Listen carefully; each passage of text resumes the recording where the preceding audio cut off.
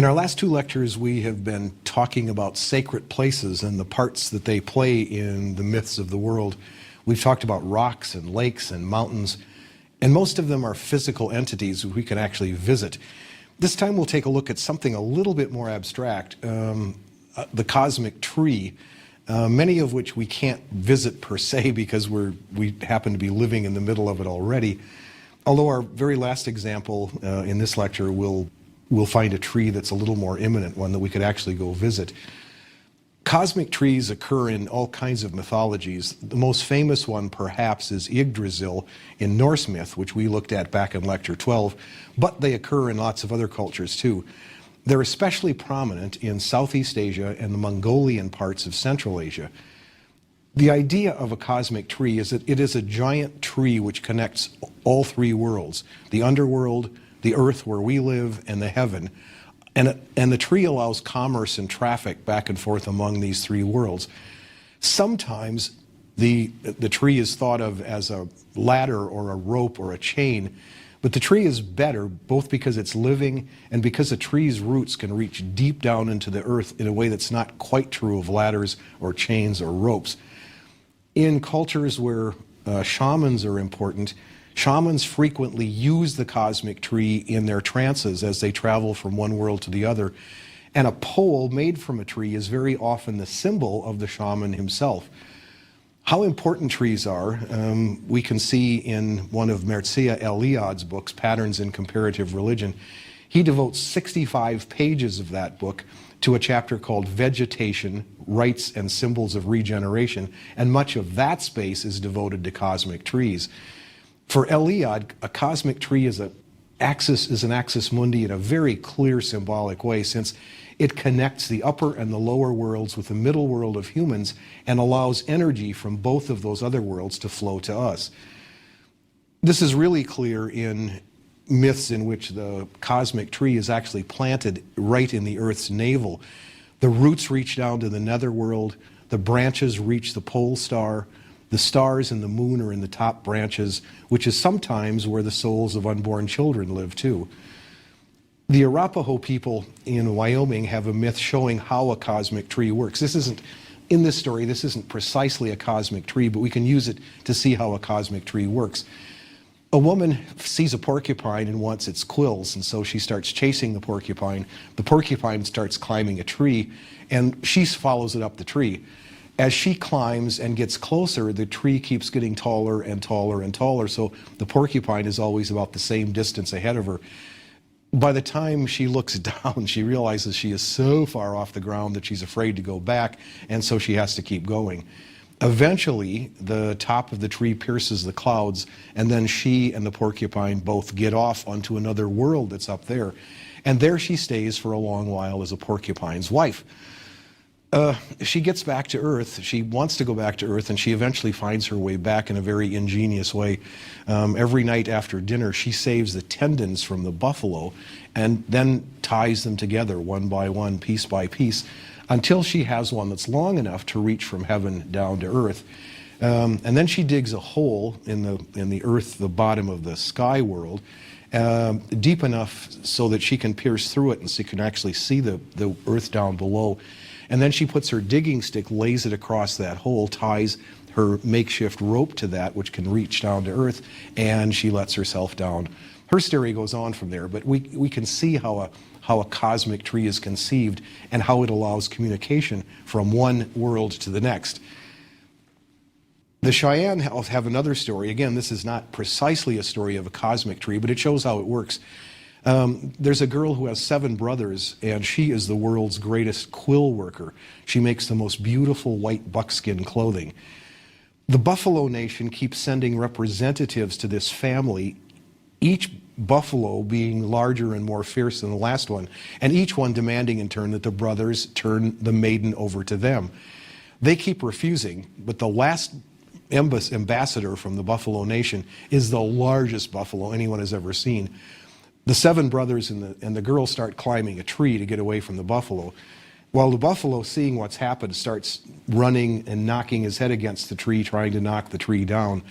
The youngest brother keeps shooting arrows up into the top of the tree, and each time an arrow hits the top of the tree, it grows another 1,000 feet higher. Just as the tree falls, it's finally been knocked down by this enormous buffalo down below. Just as the tree falls down, they step off the tree into the sky. Their path of retreat is gone, so what do they do now? The youngest brother solves the problem by turning all of the whole family into stars, the stars which make up the Big Dipper. The brightest star is the young girl who fills the sky with her glittering quillwork, and the star twinkling at the very end of the handle is the youngest brother. The point of this myth, of course, is etiological. We can see where the Big Dipper constellation comes from, but it also can show us how a cosmic tree might work. China has several cosmic trees in their myths, each of which is considered a center, an axis mundi. The first one is called Qianmu. It means the building tree, and it's situated at the center of the world, and it is the place where heaven and earth meet.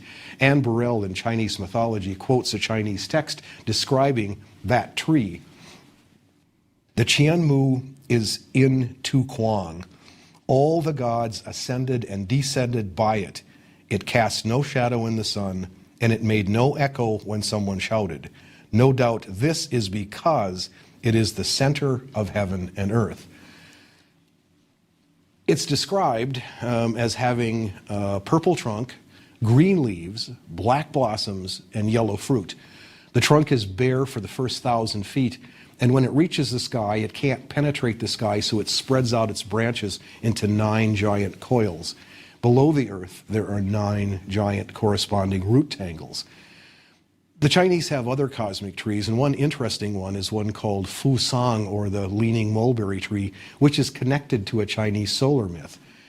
The ancient Chinese calendar had 10-day weeks, and one of their myths describes the birth of 10 suns. So each sun will travel for 1 day, so that by the end of the week we have gone through all 10 suns. And the mulberry tree is east, next to a warm spring.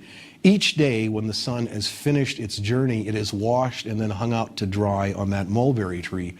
The one scheduled for the next day's trip either sits on the top of that tree waiting for his turn, or is carried to the top by a crow.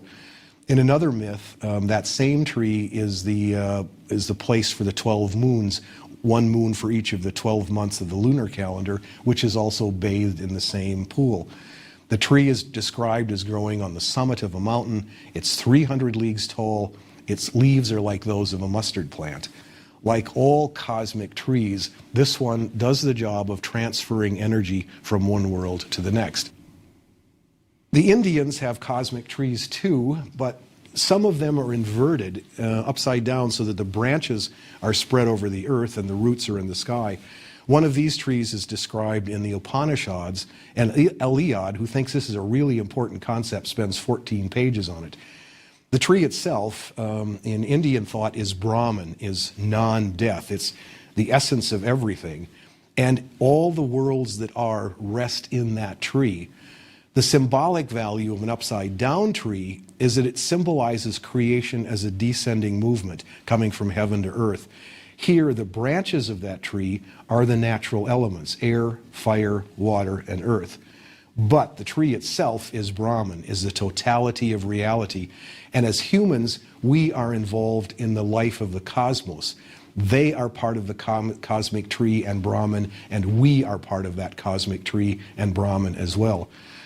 The Bhagavad Gita actually talks about this tree. Arjuna is told that he has to cut that tree off at the roots, because the goal of Hindu life is to withdraw from the cosmos and to withdraw from sensory life and to retreat inside oneself.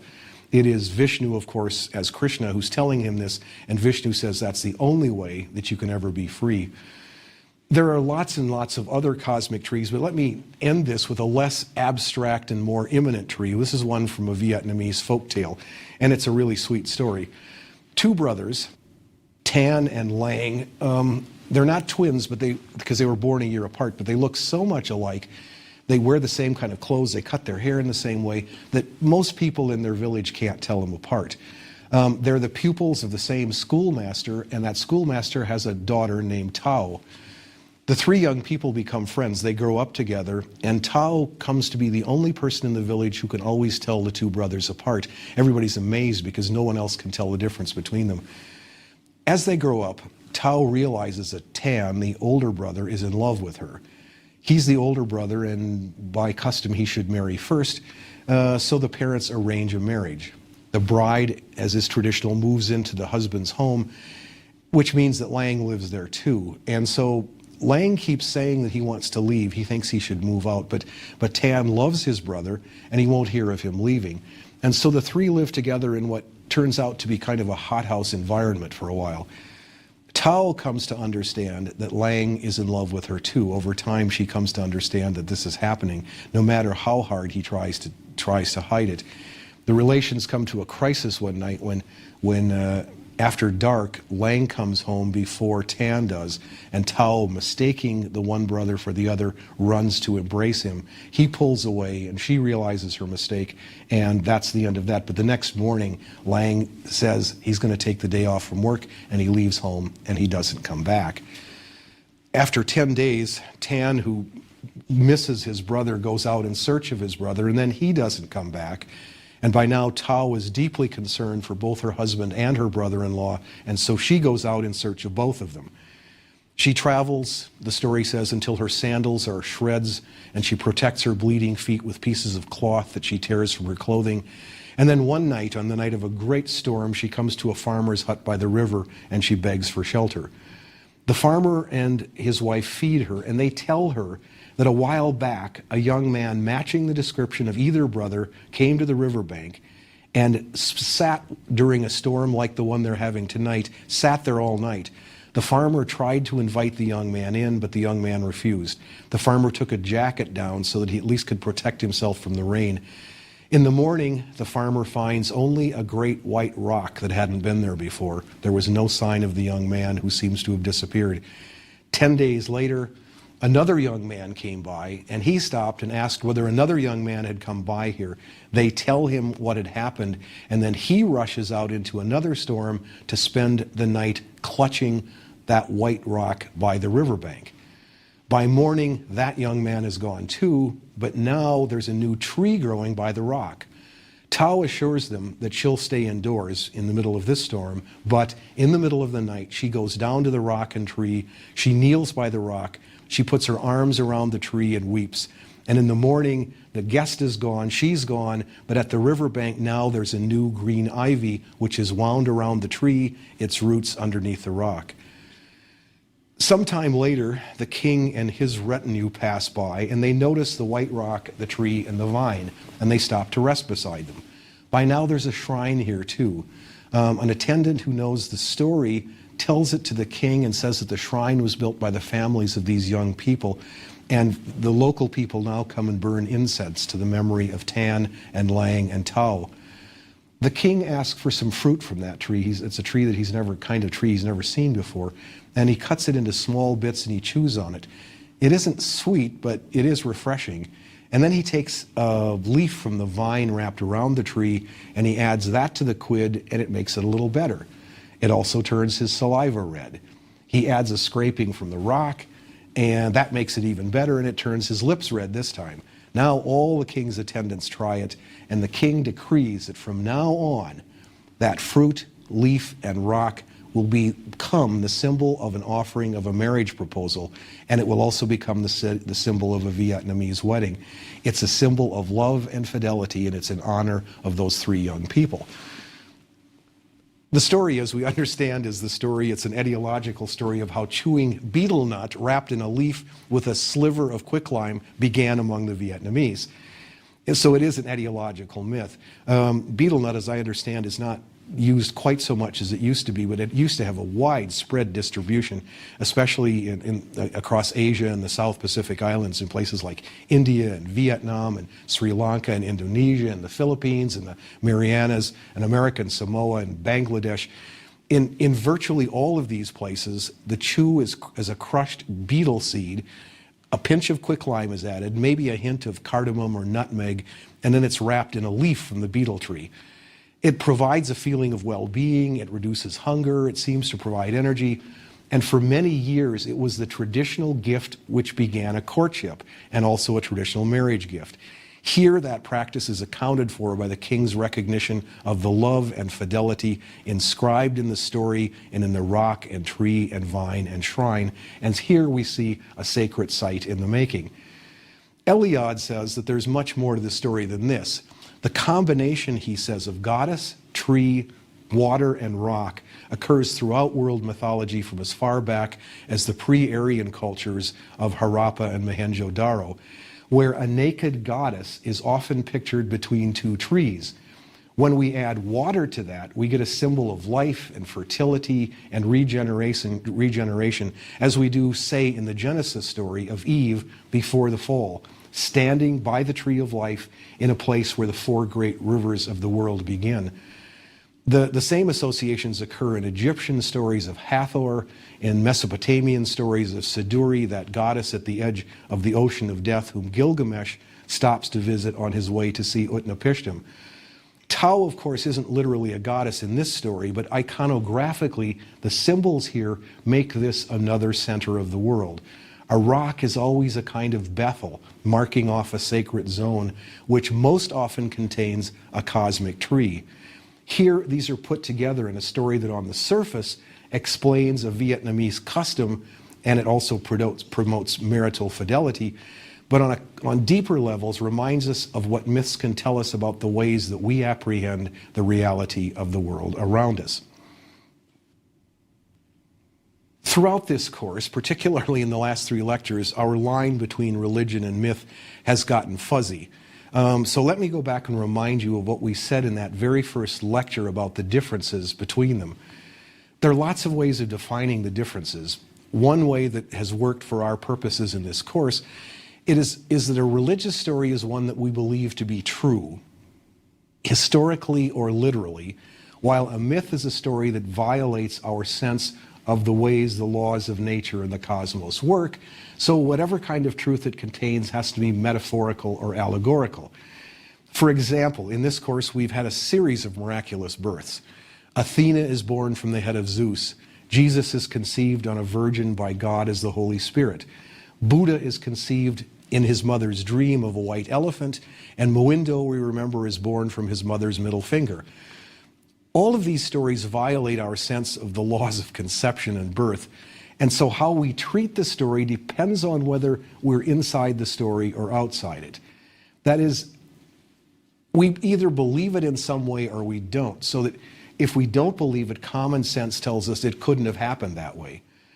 Even this, however, is not exactly precise, because there are many people within religious traditions who believe the stories in their traditions contain only some kind of metaphoric truth. I know quite a few practicing Jews and Christians who are devout and good Jews or Christians, but who have personal doubts about the Genesis account of creation, or the parting of the Red Sea, or the virgin birth, or even the resurrection. Still, for people inside a religious tradition, there's a kind of truth in these stories that's different from the truth in the stories in other people's religions. Differences we designate by calling their stories myths. Over the last 36 lectures, we've been trying to understand what kinds of truth those myths contain and how we can get at them. I think we've discovered it along the way that there are at least 4 different major ways in which we can understand the truth of myth. The first one is what Joseph Campbell calls the mystical or the metaphysical. This kind of truth awakes us to the mystery of being alive in the universe. We're here in this place and time, and we need to believe that the place and our own existence is intentional, is part of some plan, even if the scope and purpose of that plan eludes us. Creation myths do this for us. The second way in which we understand the truth of myths we can call cosmological. That is, every myth gives us a picture of the universe in keeping with the best science of the time, explaining the way the universe works in cosmological terms. Campbell and other mythographers have frequently criticized traditional religions for failing to incorporate modern scientific worldviews into their myths. Usually when we say that a story is timeless, we mean really unchanging, and we commit ourselves to worldviews of earlier times, forgetting that myths are explanations for us here and now, not where we were before the theory of evolution, or before carbon dating, or before geological discoveries. Myths are always our way of explaining the universe to ourselves, so that myths always have to be growing and developing. They have to be changing as our understanding of nature and the cosmos change. The third way in which we can understand the truth of myths is what we might call sociological. And these are myths which explain the existing social order and how we as individuals relate to the group. We've had a lot of examples of these throughout this course.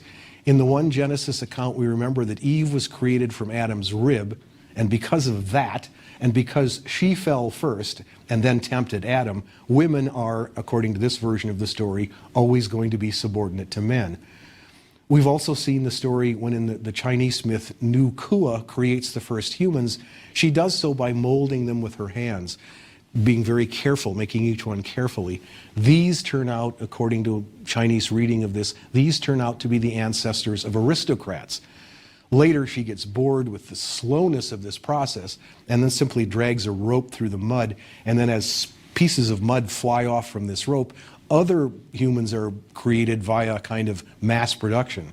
They are, of course, the ancestors of commoners, and that myth explains why some people own and control everything and why other people own and control nothing. In Indonesia, there's a myth about a huge vagina that appears on the earth, and people pull themselves out by creepers.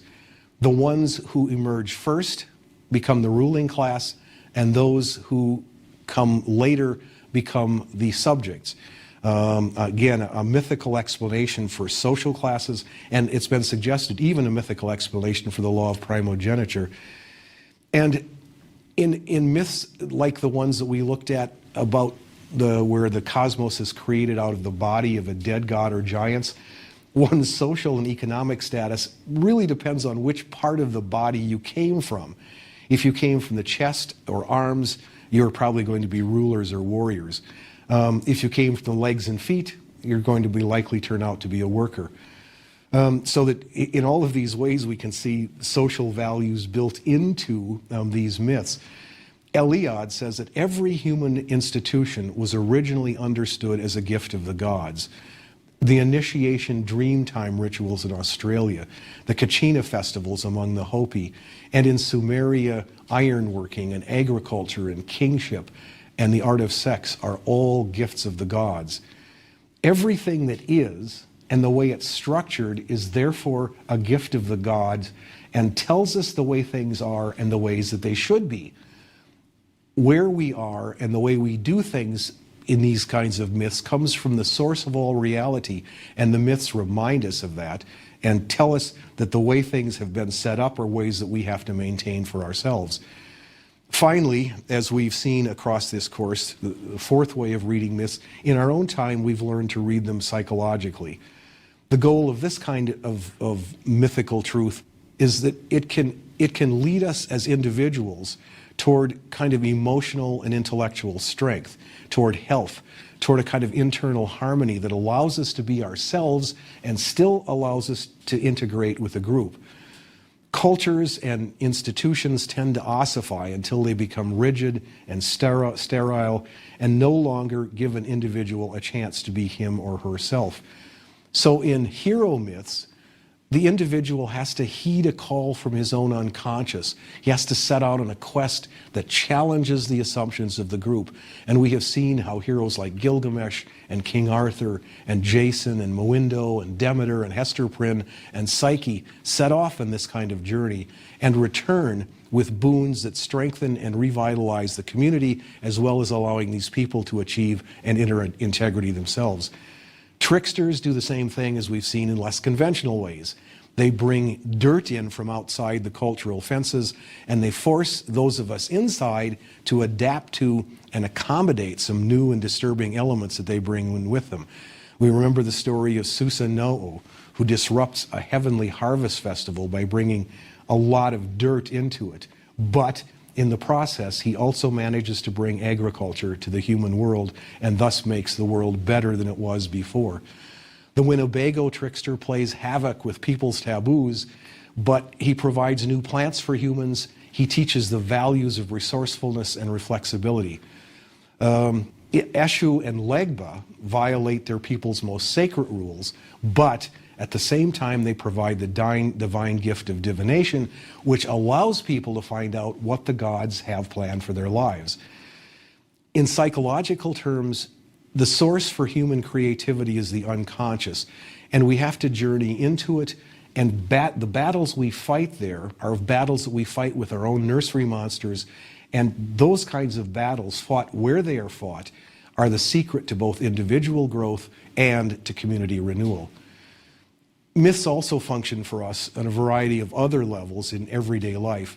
Myths are, as we have said often enough throughout this course, are cultural dreams. They're dreams of all the individuals who make up a culture. And over again, we return to those dreams to make sense of who we are and what we're supposed to be doing. We all have myths that we live by, whether we know it or not. Each family has its myths, which get retold every time a family gets together or gathers for a funeral. My father had a huge repertoire of stories he told about me from the time that I was too young to remember. So I didn't know whether they were accurate or not. But whenever I would bring a new friend or a new girlfriend home, he would drag these stories out and retell them. Again, as I said, I didn't know whether they were true or not. But over the years, I did notice that they kept on getting better the more often he told them. They had more detail in them. They had more concern for motivation. They had better punchlines. John Fowles, in The French Lieutenant's Woman, and he's at one with a lot of existentialists who would say the same thing, say that we all do this. We all make up our own biographies as we go along. My father helped me create the myths of my own life by telling me these stories, and I passed them on to my daughter, even though I still don't know whether they're true or not. But by now they have become so much a part of my sense of who I am that I consider them to contain a kind of truth, a truth about the way my dad saw me, some things about myself that I was too young to remember, and perhaps something about the relationship between my dad and I that may not be literally true, but contains a lot of truth that you can't get at any other way. Families, when we get together, we all tell each other stories which we recognize is not literally true, but which contain some truths about family and relationships that we can't achieve with a literal account. We also have myths that we share with members of our high school or college classes, and we retell them at reunions. And we also, I notice, as with my dad, we tell them with increasing convictions as we get older. And the stories get better as we retell them. No one, by the time a story gets really developed, no one was ever that stupid or that naive or that drunk or that embarrassed. But the stories that we tell, even if they're not quite literally true, contain some truths about us as family members or as members of the class of 1965 or the people who worked together at that same IBM office that no literal account could match. And one thing that makes these myths of the world so profound is that we use them to structure and create the myths that we write for ourselves. We're all mythical in this kind of way. As we create stories about ourselves, our families, our classmates, our co-workers, our friends, we structure those stories in patterns that were created by our ancestors, ways that make sense of why we're here and what we're supposed to be doing, what it's all about, and how we can manage to live healthy lives as individuals, coming to terms with our own unconscious and fighting the demons that live there, and at the same time finding out how as individuals to relate to the larger communities of which we're a part. Coming to terms also with our sense of our own contingency, our limitations, that we recognize ourselves as fragments of some primal oneness, and at the same time finding meaning in those larger communities, learning things that work for all of us, and learning how to hear the trickster when he tells us we're getting too stuffy, too set in our ways, asking him to bring in some dirt from outside the village walls that will allow us to grow and develop and learn and change.